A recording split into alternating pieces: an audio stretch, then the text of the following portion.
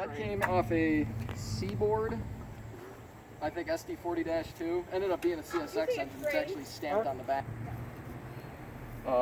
That's a Kansas City Southern horn. That's a Norfolk Southern horn.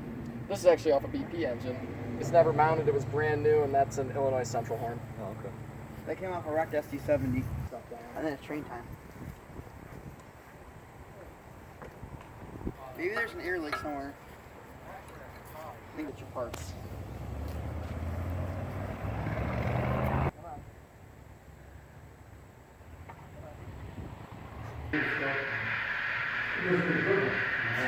Right. So is it going to make it into the parade or what? No. If it was raining, I wouldn't take it anyway. Right. I don't know, they'll work for good for now anyway, so. I got a call for the woman in charge of the band,